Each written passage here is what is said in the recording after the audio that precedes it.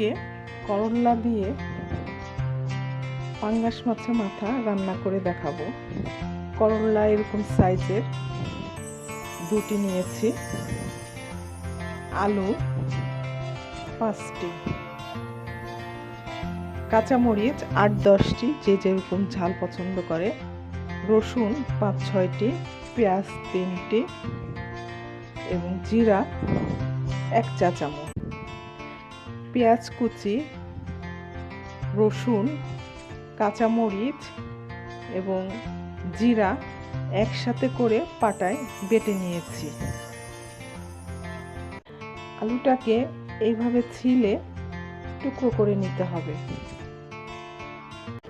করল্লাকে এইভাবে গোল গোল পাতলা পাতলা করে নিতে হবে।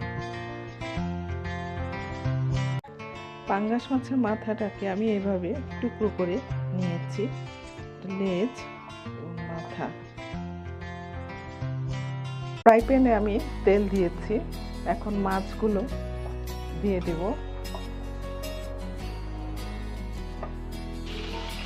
আমি সব মশলা বাটাগুলো দিয়ে দেব।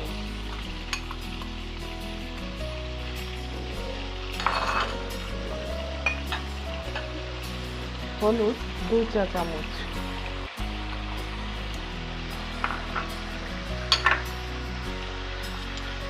লবণ পরিমাণ মতো,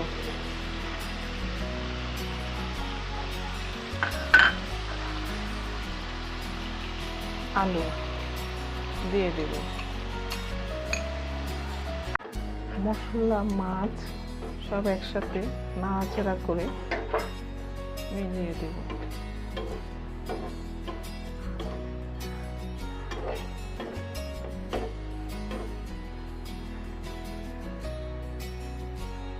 কিছুক্ষণের জন্য রেখে দেব।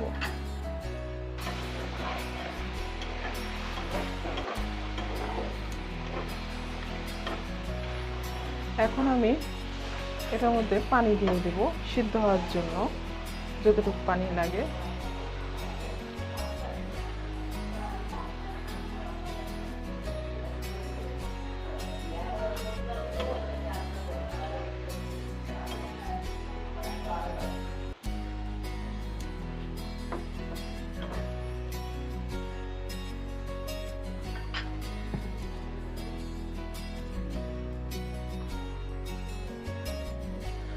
এখন আমি এটা একটু ঢেকে রাখবো 2 মিনিটের জন্য।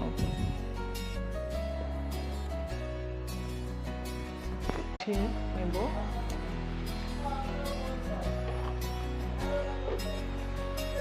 কালারটা দেখেন কি সুন্দর হয়ে আসছে।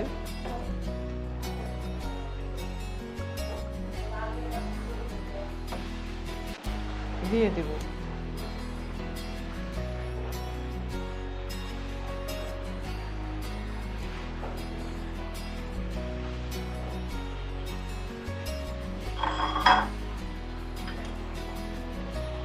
করলা দিয়ে আমি একটু নাড়াচাড়া করব। এখনই সাথে সাথে ঢাকনা দিব না,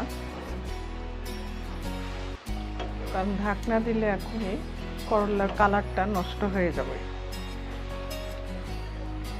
কিছুক্ষণ পরে আমি ঢাকনা দেব। হালকা নাড়াচাড়া করব, বেশি নাড়াচাড়া করলে মাছটা ভেঙে যেতে পারে, জন্য হালকা আলতো হাতে নাড়তে হবে।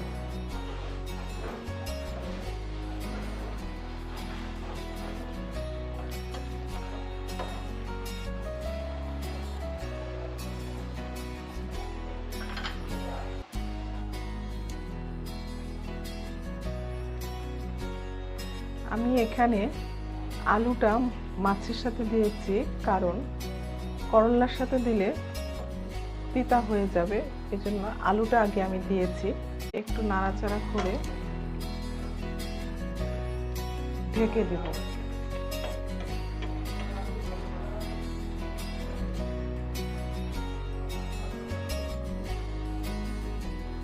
দু মিনিটের জন্য ঢেকে রাখবো।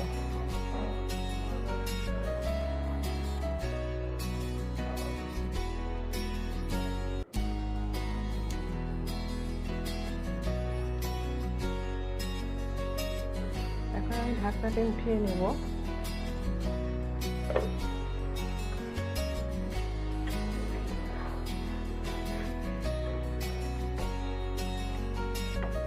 আলু সিদ্ধ হয়ে গিয়েছে, করলা সিদ্ধ হয়ে এসছে।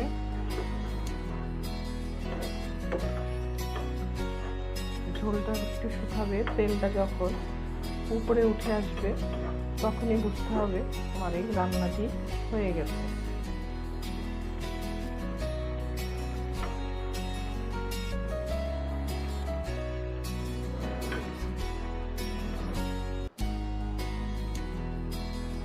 এখন আমি আবার 2 মিনিটের জন্য ঢেকে রাখবো।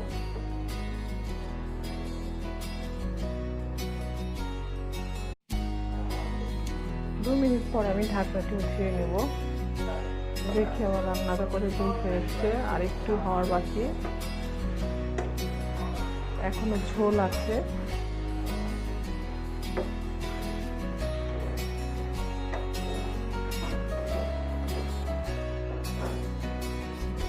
আলু সিদ্ধ হয়ে এসছে, করলাও সিদ্ধ হয়ে গিয়েছে।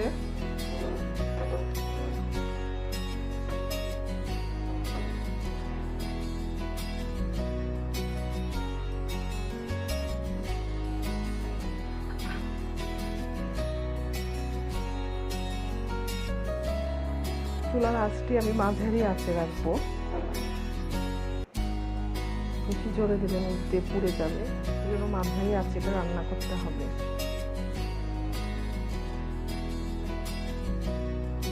হয়ে গেছে আমার রান্না, এখন আমি ঢেলে নেব।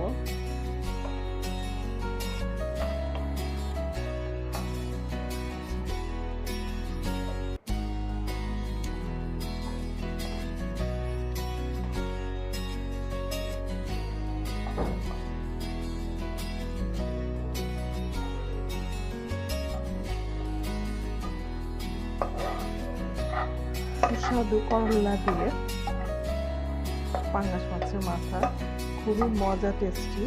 আপনারা বাসায় ট্রাই করে দেখবেন।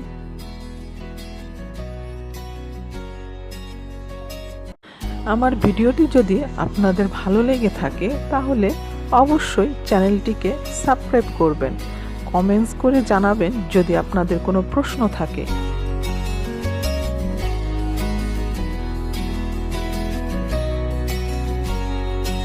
রান্না করার সময় নিচের ডেসক্রিপশন বক্সটি অবশ্যই ফলো করবেন।